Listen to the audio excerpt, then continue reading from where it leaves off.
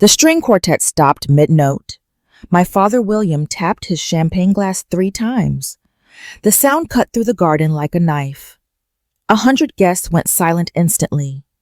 I was standing near the rose bushes, still in my work blazer and slacks. Hadn't even had time to change. Came straight from the server room to make it to my own birthday party on time. I expected a toast, maybe even a reluctant acknowledgement of my recent promotion to senior systems analyst, some kind of fatherly pride, even if it was just for show.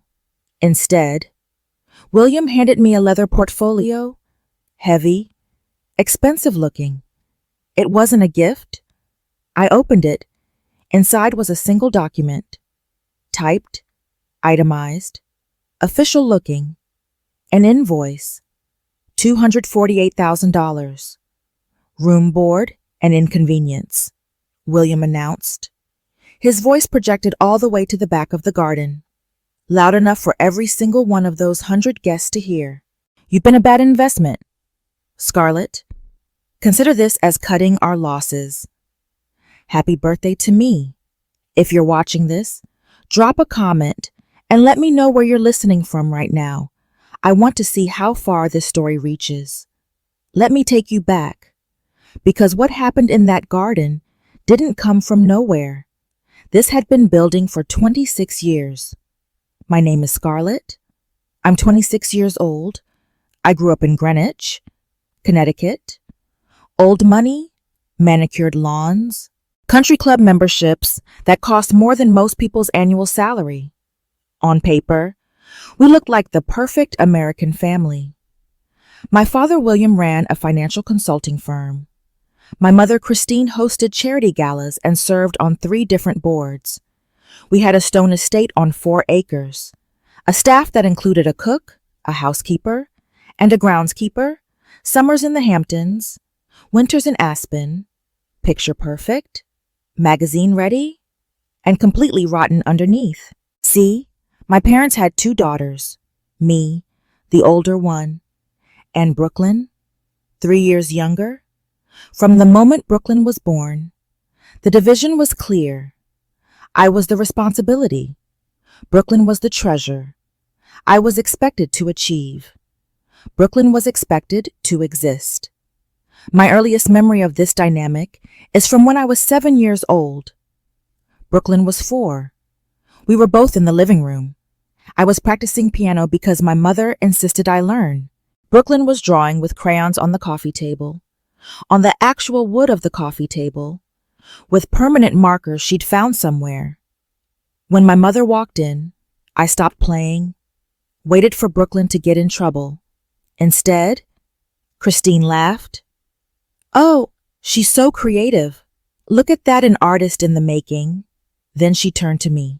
Scarlett, why did you let her do that? You're supposed to be watching her. I was 7. Brooklyn was 4. And somehow it was my fault. That pattern repeated for the next 19 years. When I brought home straight A's, my parents nodded and said it was the minimum expected. When Brooklyn scraped by with C's, they hired expensive tutors and praised her resilience. Brooklyn learns differently, my father would say. She's not meant for traditional academics. When I won a statewide coding competition at 15, my parents didn't come to the award ceremony. They were at Brooklyn's dance recital, the one where she stood in the back row and barely moved. When I got into MIT on a full scholarship for computer science, my father said it was about time I stopped being a financial burden. Those were his exact words. About time you stopped costing us money. When Brooklyn got waitlisted at a party school in Florida, they donated $50,000 to the alumni fund to get her off the list. Then they threw a celebration dinner, invited 30 people. I wasn't invited to that dinner either. I worked 3 jobs during college to cover my living expenses because my scholarship only covered tuition. I tutored underclassmen in calculus. I worked the help desk at the library. I did freelance web development for local businesses. Brooklyn got a $2,000 monthly allowance. For essentials, my mother said. Her essentials included designer bags and weekend trips to New York. I graduated summa cum laude in 3 years instead of 4, saved money by overloading credits every semester, got recruited by a cybersecurity firm in Hartford before I even walked across the stage. Brooklyn dropped out sophomore year, said college wasn't for her, said she was going to become an influencer, build a brand, be her own boss. My parents celebrated her entrepreneurial spirit. Guess which one of us they talked about at dinner parties? Brooklyn is finding her path, my mother would say, wine glass in hand. She's building a brand. You wouldn't understand. It's very modern. Meanwhile, I was invisible. The daughter who paid her own way, who never asked for anything, who showed up to every family event even when I had to drive 3 hours after a 12-hour shift. The daughter who was never enough. But here's the thing about being invisible. You see everything. And I saw plenty. I saw how the money moved in our family, how my father's consulting firm never seemed to have any actual clients, how my mother's charity work always involved handling large sums that never quite added up. I saw the tension when Uncle Kevin asked about his investment returns, the quick subject changes when Aunt Michelle mentioned her retirement fund. I saw Brooklyn's lifestyle inflate year after year. Designer bags, luxury trips, a brand new Range Rover on her 21st birthday. And I started wondering where all that money was really coming from. But I pushed those thoughts away because they were family. Because you're supposed to trust family. Because I still wanted to believe that somewhere, deep down, they loved me. I was wrong. The night before my birthday, I got a text from my mother. Celebration tomorrow. Garden party. 6 p.m. Don't be late. No happy birthday. No, we're excited to see you. Just instructions. But I was hopeful anyway. Maybe they were planning something nice. Maybe this year would be different. I rushed out of work at 5:30, still in my blazer and slacks. Didn't have time to go home and change. Traffic on I-95 was brutal, but I made it with 2 minutes to spare. The estate looked beautiful. String lights everywhere, white tents, a live quartet playing something classical, waiters in black vests carrying champagne on silver trays, 100 people milling around the garden, aunts, uncles, cousins, family friends, people I'd known my entire life. And at the center of it all, Brooklyn. She was wearing a strapless designer gown that probably cost more than my monthly rent. Hair professionally styled, makeup flawless, skin glowing from what was clearly a very recent spa day. Standing next to her, I looked like the help, which I realized later was exactly the point. The contrast wasn't accidental. It was a statement. She was the investment. I was the expense. The party went smoothly for about an hour. Small talk, catching up with relatives I hadn't seen in months, pretending everything was normal. Then my father called for everyone's attention. The string quartet stopped. The waiters froze. 100 pairs of eyes turned toward the small stage that had been set up near the fountain. William stood there holding a microphone, Christine beside him, Brooklyn on her other side, smiling like she knew something I didn't, which of course she did. "Thank you all for coming tonight," William said. His voice was warm, friendly, the voice he used when he wanted something. "We've gathered you here for a very special occasion." I smiled, moved closer, ready for whatever birthday surprise they had planned. "Scarlett," William said, gesturing me forward, "come join us." I walked up to the stage, heart beating a little faster. Maybe they were going to announce something nice. Maybe they were finally going to acknowledge everything I'd accomplished. That's when he handed me the portfolio. "This is for you," he said, still smiling. I opened it, and the world tilted sideways. $248,000. An itemized invoice. 26 years of room and board, calculated down to the penny. Every meal. Every night in my childhood bedroom. Every utility bill that included my existence. They had literally charged me for being born. "You've been a bad investment, Scarlett," William announced to the crowd. "Consider this us cutting our losses." The silence that followed wasn't peaceful. It was suffocating. I looked at my mother. She didn't gasp, didn't rush forward to stop this. She simply smoothed the front of her silk dress, took the microphone from William, and handed it to Brooklyn. That transfer of power told me everything I needed to know. This wasn't a spontaneous outburst. This was planned. Brooklyn stepped forward, still smiling, eyes gleaming with something I'd seen my whole life but never fully understood until that moment. Triumph. "The keys. Scarlett," she said into the microphone, loud enough for everyone to hear. "Dad transferred the title to the winner of the family this morning. You know, someone who actually appreciates the brand. The car. My 5-year-old sedan. The one I drove to work every day. The one I used to commute 3 hours each way to make it to family events." Technically, William's name was still on the title, a leftover from when I was 21 and didn't know any better. I'd paid for the insurance, the maintenance, the gas, everything, but I never thought to transfer the title into my name, because I thought we were family. I thought ownership was a formality, not a weapon. Brooklyn held out her hand, palm up, waiting. I looked at the key in my pocket, then back at her face, and I made a decision. Not the decision you might expect. Not screaming, not crying, not making a scene. I placed the key in her palm. The metal felt cold, but Brooklyn's smile was colder. She closed her fingers around it like she was crushing a bug. "Finally," she breathed into the mic, half laugh, half sigh. Someone had to take out the trash. 100 guests stood frozen, statues in expensive suits and designer dresses. No one spoke up. No one intervened. They were witnessing a social execution, and they were too polite, or perhaps too fascinated, to stop it. But they weren't done. William gestured toward the back of the crowd, summoning someone forward. My stomach dropped as I saw who it was. James, my department head, the man who'd promoted me 6 weeks ago, the man who'd told me I had a bright future at the company.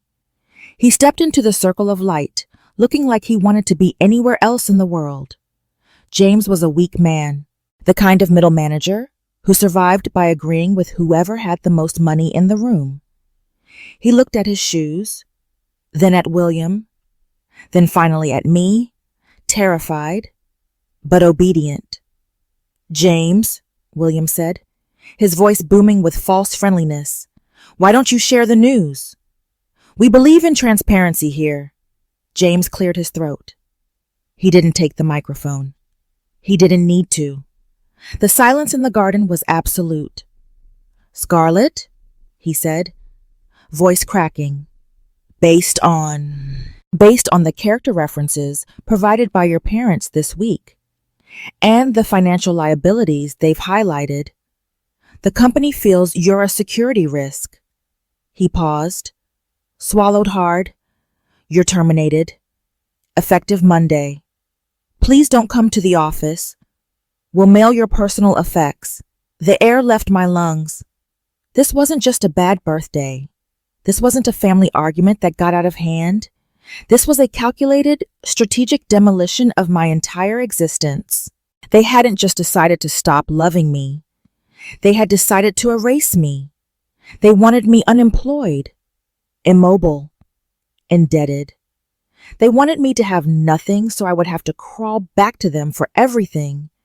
I stood alone on that manicured grass, invoice in hand, car keys gone, job gone, 26 years of trying to earn their love, Revealed as completely pointless, the string quartet started playing again. Softly, like nothing had happened, guests began murmuring, shuffling, looking anywhere but at me. And in that moment, standing in that garden surrounded by people who had watched me get destroyed and done nothing, something shifted inside me. Not sadness, not even anger, clarity. I looked at William, at Christine, at Brooklyn in her designer gown and perfect makeup. They expected me to cry, to beg, to make a scene so they could tell everyone how unstable I was, how they'd done the right thing. I didn't give them the satisfaction. Okay, I said quietly. William blinked. What? Okay. I accept the invoice. You'll have your money. Brooklyn laughed. With what job? I looked at her, held her gaze for 3 full seconds.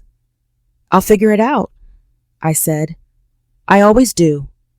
Then I turned and walked out of that garden.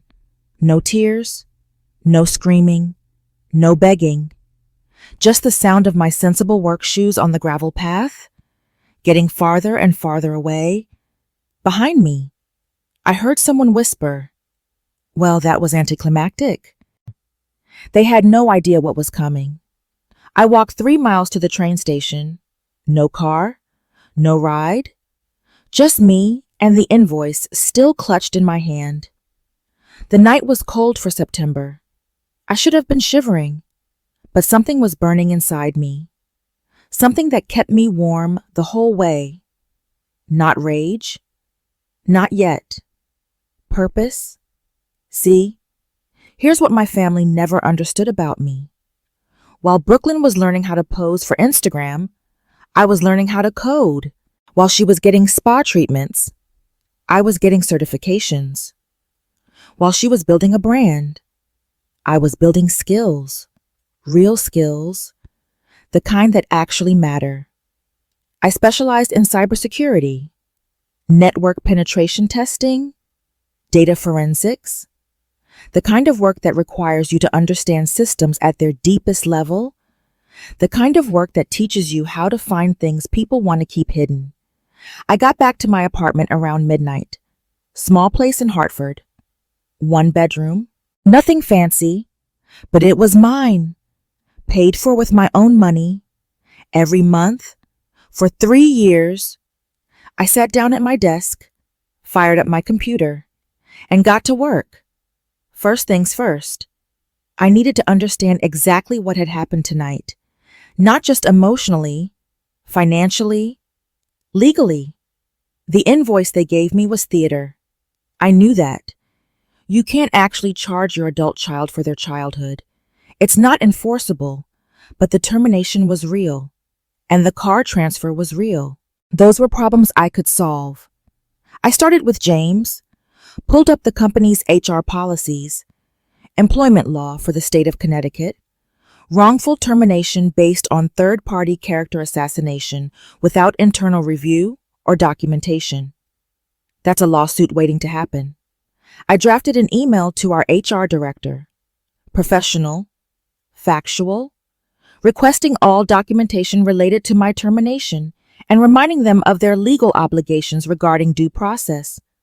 That would buy me time, maybe get my job back, maybe just make them nervous enough to settle. Either way, it was a card I could play later. Next, the car. This one was trickier. William's name was on the title. Legally, he could transfer it to whoever he wanted, but I had records, insurance payments, maintenance receipts, registration renewals, all paid by me. In some states, that establishes constructive ownership, worth exploring. But both of those were defensive moves, damage control. I wanted more than that. I wanted the truth, and I knew exactly where to find it. See, my father thought he was smart. He thought his financial schemes were airtight. He thought that because he surrounded himself with people who never questioned him, no one ever would. He forgot that his oldest daughter had spent the last 4 years learning how to break into the most secure systems in the world. And his systems, they weren't even close to secure. I started with the family network, the one that connected all the estate's devices. I'd helped set it up 3 years ago when their old system crashed. They never thought to change the passwords after I left. First mistake. Within 20 minutes, I had access to William's home office computer, his email, his cloud storage, his financial management software. The files were organized meticulously, years of records, bank statements, investment portfolios, tax returns. And then I found something interesting, a folder labeled Trust Administration. My heart rate picked up. Something about that folder felt important. I opened it, and my whole world shifted again. There it was. The Eleanor Trust, my grandmother's trust fund, named after her. Set up the year I was born. I remembered Grandma Eleanor. Vaguely. She died when I was 16. Cancer. Quick and merciless. She was the only person in my family who ever seemed to actually see me. Used to tell me I reminded her of herself. You've got fire in you, Scarlet. Don't let them put it out. I never understood what she meant until now. The trust had been established with a substantial initial deposit, invested conservatively over 21 years. Meant to mature when I turned 21. I'd been told she left nothing but old jewelry when she died, that there was no inheritance, that the estate went entirely to medical bills and funeral costs. That was a lie. A massive, calculated, deliberate lie. The trust had held nearly $400,000 at its peak. Decades of careful growth. Money my grandmother had set aside specifically for me. And every single penny had been withdrawn 2 weeks after my 21st birthday. Not by me. I never even knew it existed. I was working 3 jobs and eating ramen in a cramped apartment in Cambridge, while $400,000 with my name on it was being drained.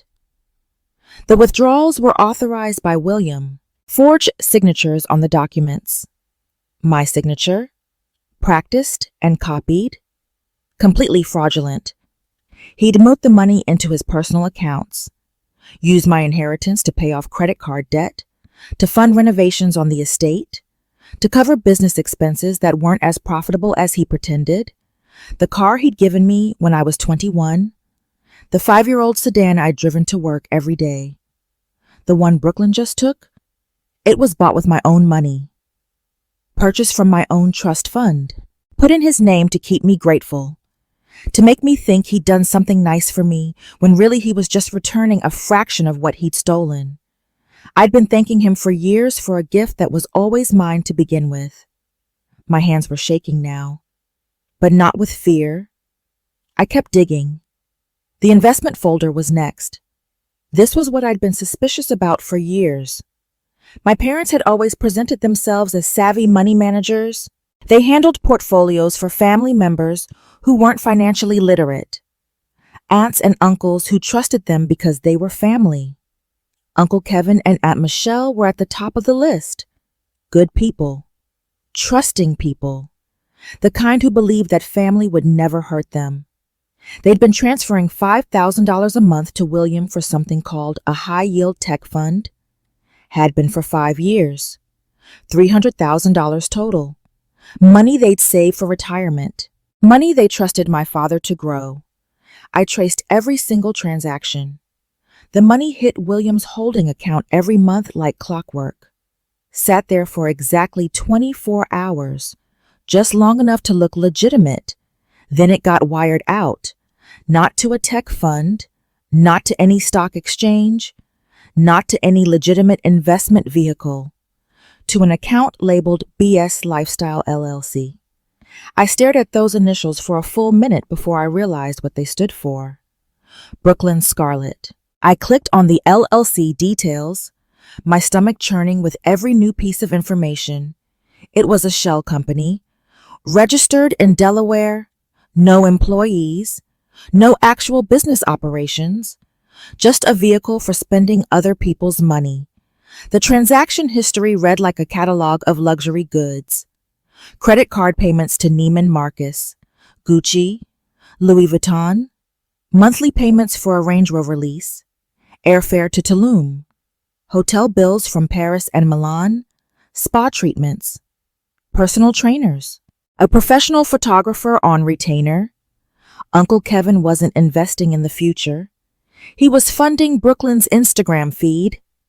And the worst part, on every withdrawal slip from that shell company, right next to William's jagged signature was another one. Brooklyn's, loopy, practiced, unmistakable. She wasn't just a passive recipient. She wasn't just the spoiled daughter who didn't ask where the money came from. She was an accomplice, authorizing every transaction, signing off on the theft of our aunt and uncle's retirement savings so she could post pictures from luxury resorts. I sat back in my chair. The apartment was dark except for the glow of my monitor. Outside, the city was quiet. A siren wailed somewhere in the distance. Inside, my mind was racing faster than it ever had before. This wasn't just bad parenting. This wasn't family favoritism taken too far. This was wire fraud, embezzlement, theft by deception, federal crimes with federal consequences. They had humiliated me in front of 100 people, taken my car, destroyed my career, called me a bad investment. And the whole time, they were the ones who'd been stealing. From me, from Uncle Kevin, from Aunt Michelle, from anyone trusting enough to believe them. I had two choices. I could confront them privately, give them a chance to make it right, maybe get some kind of settlement in exchange for my silence, or I could do what they did to me, make it public. I chose door number 2. I compiled everything, bank records, wire transfers, the forged signature on my trust withdrawal, the shell company documents, Brooklyn's signatures on the LLC transactions, put it all into a single PDF, named it Family Audit. Then I wrote a simple email, no message, just the attachment, sent it to 5 addresses, William, Christine, Brooklyn, Uncle Kevin, Aunt Michelle. Then I disconnected my phone, unplugged my router. Silence terrifies narcissists. By refusing to engage, I'd starve them of the reaction they craved. I slept better that night than I had in years. When I reconnected the next morning, my phone had exploded.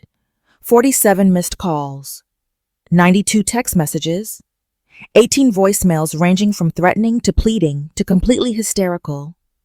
I made coffee, sat down at my kitchen table, and went through them one by one. William's messages followed a predictable arc. The first few were furious, demanding I delete the files immediately, threatening lawsuits for hacking, claiming I'd illegally accessed his systems and he'd have me arrested. Empty threats. I hadn't done anything illegal. I'd used login credentials I was given when I helped set up the network, credentials they never bothered to change. The middle messages got desperate, offering money, promising to forgive the invoice, saying we could work this out if I'd just come home and talk like a family. The last ones were barely coherent, rambling, disjointed, a man watching his carefully constructed life crumble in real time.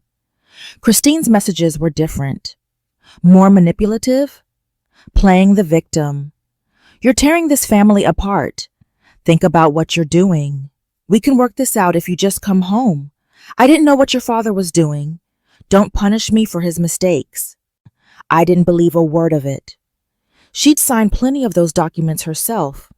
She knew exactly where the money was going. Brooklyn's messages were something else entirely. Caps lock, exclamation points, language I won't repeat, accusations that made no sense, claims that I was jealous, that I'd always been jealous, that I was destroying everything because I couldn't stand to see her succeed. The lack of self-awareness was almost impressive, but one voicemail stood out from all the others. Uncle Kevin. His voice wasn't angry, it was relieved. You didn't destroy the family. Scarlett, he said, you just turned on the lights. I'm calling my lawyer. That was all I needed to hear. 3 days later, William showed up at my apartment. I watched him through the peephole first. He looked different, smaller somehow, like someone had let all the air out of him. The confident patriarch from the garden party was gone. The man who'd announced my failures to 100 guests. The man who'd called me a bad investment with a smile on his face. In his place was a desperate, crumbling shell. He pounded on the door. Scarlett, open up. We need to talk. I let him knock for a full minute before I responded. Let him feel what it was like to be ignored. Then I cracked the door open, left the chain lock in place, looked at him through that 3-inch gap. What do you want?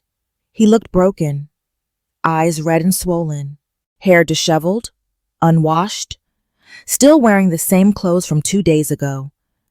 I could smell him from where I stood. You have to retract that email, he said, voice cracking. Delete everything. Tell Kevin and Michelle it was a misunderstanding. Tell them you made a mistake. It wasn't a misunderstanding. You stole from them. It was investment management, he said quickly. Too quickly. Like he'd been practicing. Fees? Reasonable compensation for the work I did managing their portfolio.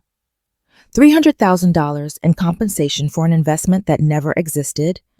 He flinched like I'd slapped him. The money went to the fund. There were market fluctuations. Losses happen. That's the nature of investing. I traced every transaction, every single one. The money went to Brooklyn's shell company to pay for her lifestyle. There was never any investment. His mouth opened and closed. No words came out. We did it for the family legacy, he finally managed. Everything we built was for the family. For you girls. For the future. You stole my inheritance. $400,000 Grandma left me. You forged my signature and took it. That money was being managed. You bought me a car with my own money. Put your name on the title. Gave it to me like a gift, so I'd be grateful. Then you took it back and gave it to Brooklyn. He had no answer for that. We did it for the family legacy, he repeated, weaker this time, like even he didn't believe it anymore. You gave Brooklyn a lifestyle funded by stolen money. Then you publicly humiliated me in front of 100 people, called me a bad investment, fired me from my job. That was Christine's idea. The party, I didn't want. You handed me the invoice. You said the words, imug. You stood on that stage and told everyone I was a failure. Silence. Scarlett, please. His voice broke completely. I'm facing criminal charges. They're talking about wire fraud. Federal prosecution? Prison? I know. You have to help me. I'm your father. I looked at him through that gap in the door. Really looked at him. This was the man I'd spent my entire life trying to impress. The man whose approval I'd chased through straight A's and scholarships and jobs and achievements that never seemed to be enough. The man who'd never once looked at me with pride. Who'd calculated the cost of my existence down to the penny. Who'd orchestrated my destruction in front of everyone we knew. And now he was standing at my door, begging me to save him from consequences he'd earned. You gave me an invoice, I said. You wanted to teach me the cost of living. I slid a piece of paper through the crack in the door. Federal Sentencing Guidelines for Wire Fraud. Highlighted, annotated the relevant sections marked in yellow. This is the cost of lying. I shut the door, locked the deadbolt, slid the chain into place. He stood there for another 10 minutes, knocking softly at first, then harder, then just making sounds, words that weren't words, pleading that dissolved into something I'd never heard from him before. crying, my father, William, the patriarch, the confidence man, the man who had never shown weakness in front of anyone, was sobbing on the other side of my door. I made myself a cup of tea and waited for him to leave. Eventually, he did, and I never saw him in person again. The collapse was swift. Uncle Kevin's lawyer moved fast, really fast. Turns out he'd been suspicious for years but never had proof. My email gave him everything he needed. Subpoenas went out within a week. Depositions started 2 weeks after that. What began as a civil lawsuit quickly became a criminal referral when the federal investigators saw the evidence. Wire fraud. That's what they called it.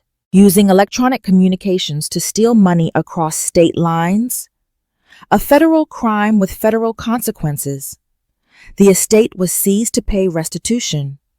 The stone mansion I grew up in, the one with the manicured gardens and the string quartet, and the 100 guests, was auctioned off to cover legal fees and victim compensation.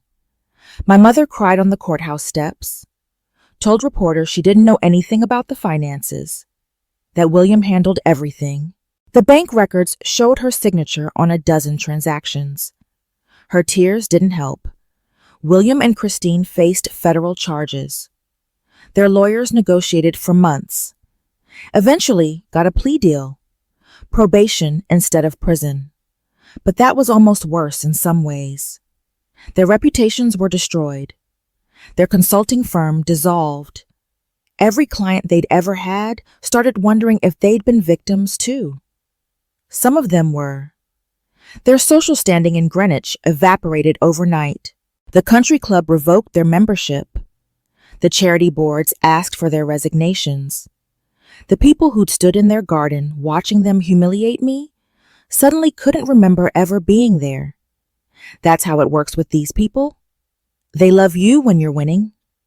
They don't know you when you're losing. Brooklyn lost everything too. Her shell company was exposed in the court documents. Public record. Anyone could read it. Her sponsors dropped her within days of the news breaking. Couldn't have their brands associated with fraud.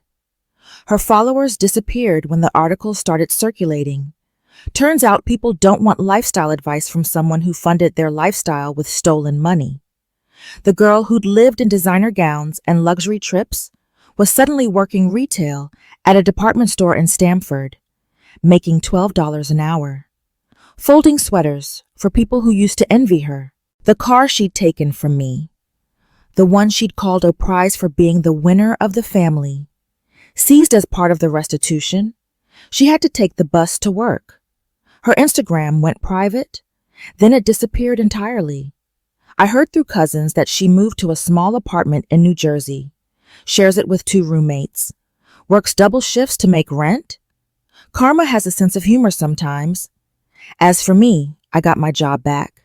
James personally apologized once the company's lawyers explained the liability issues with my termination. Wrongful termination based on third-party defamation without due process. They were looking at a lawsuit they couldn't win. They didn't just reinstate me. They gave me a promotion. Senior security analyst, corner office, 20% raise. Turns out exposing a multi-million-dollar fraud scheme is actually pretty good for your reputation in cybersecurity. The Eleanor Trust was partially recovered. Not the full $400,000. Most of that was gone, spent on things that couldn't be returned. But the lawyers clawed back about $160,000 from various accounts. Enough for a down payment on a small condo in West Hartford. 2 bedrooms. Small backyard. Nothing fancy. But it's mine. In my name only. No one else on the title. No one who can take it away. Uncle Kevin and Aunt Michelle reached out about 3 months after everything settled. Long phone call. Lots of tears. They apologized for never seeing what was happening. For trusting William. For not being there for me over the years. They invited me to Christmas for the first time since I was a teenager. I went. It was awkward at first. But it was real. They actually wanted me there. We're rebuilding those relationships now, slowly, carefully, the way you rebuild anything that's been broken. The other relatives, most of them scattered after the scandal broke. Some blamed me for destroying the family, said I should have handled it privately, said I tore everything apart for revenge. Others thanked me quietly, sent cards, called late at night when no one else could hear. Turns out William and Christine had their fingers in a lot of pies. Lots of people had been wondering where their money went. I don't spend much energy worrying about their opinions anymore. The ones who matter understand. The ones who don't never will. 2 weeks after William's plea deal was finalized, I sat at my desk one evening. The war was over. I right-clicked on the folder containing all the evidence. The bank records, the wire transfers, the forged signatures, the shell company documents, and I hit delete, watched it disappear into the recycle bin, then emptied that too. Gone. For 26 years, I'd carried a debt that wasn't mine. The debt of being the unwanted child, the bad investment, the expense instead of the treasure. I'd spent my whole life trying to earn something that was never available. My parents' love wasn't something I could achieve. It wasn't something I could work hard enough to deserve. It was never on the table. Not for me. Now the account was closed. I looked out my window at the city lights, the Hartford skyline glittering in the distance, office buildings where people were still working late, traffic moving slowly on the highway, the ordinary rhythm of a world that kept turning no matter what happened in one family's garden party. Finally free, zero debt, zero guilt, zero regrets. They wanted to teach me my worth with a $248,000 invoice. Instead, they taught me something else, that the people who should love you unconditionally sometimes don't. That blood doesn't guarantee loyalty. That family isn't always the people you're born to. Sometimes it's the people you choose, the friends who show up, the relatives who actually see you, the strangers who become something more. And sometimes the people who hurt you the most are the ones who were supposed to protect you. When they try to destroy you, the best revenge isn't anger. It isn't violence. It isn't even winning. It's the truth. The truth has a way of setting everything right. Not immediately, not painlessly, but eventually. Light always finds its way into dark places, and people who build their lives on lies eventually run out of shadows to hide in. My grandmother Eleanor was right. I did have fire in me. They tried to put it out for 26 years. They failed. What would you have done? Would you have walked away quietly? Let them get away with it. Pretended it never happened, just to keep the peace? Or would you have done what I did? Turned on the lights, exposed the lies. Let the chips fall where they may. Drop your answer in the comments. I read every single one. And if this story resonated with you, if you've ever been the scapegoat in your own family, the one who could never be enough no matter how hard you tried, hit that subscribe button. Because sometimes the black sheep isn't the problem. Sometimes the black sheep is the only one who can see clearly. And sometimes walking away from the family you were born into is the first step toward finding the family you deserve. Thanks for watching.